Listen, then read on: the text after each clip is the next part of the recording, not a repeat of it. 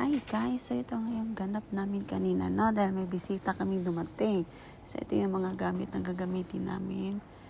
At ito naman, mga cookies na to, inilipat ko dyan para maganda siya tingnan at hindi namin isa-serve na nakabox. So ayan, inisa-isa ko na nga siya. Pero dahil nagmamadali ako, kailangan kong i-edit ng ganito kasi medyo matagal tong video na to. So ayan na nga yung una kong ginawa. Then after nyan, sumunod naman itong mga cookies na to. Na ganun din, kailangan ko rin siyang ilipat ng ganyan. At i-roll naman siya ng paisa-isa. Yan, hanggang sa matapos ako. So yan, inikot ko na nga.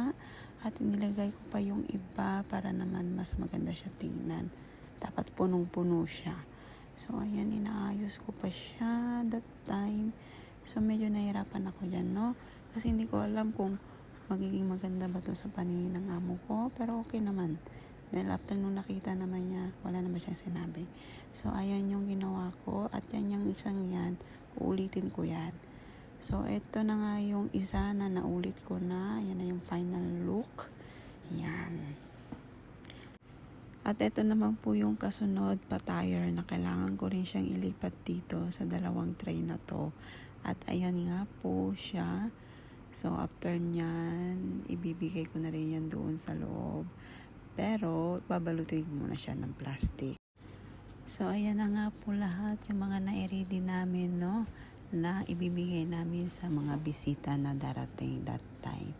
So, medyo kalma-kalma lang kami ng kasama ko dyan. Kasi, once na dumating na yung mga bisita, magsaserve na rin kami isa-isa ng mga pagkain at mga iinumin nila.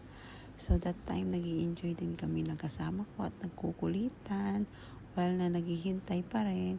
So ayan, I hope na nag-enjoy kayo sa panonood ng video ko. So don't forget to subscribe. Hope you enjoy all. God bless.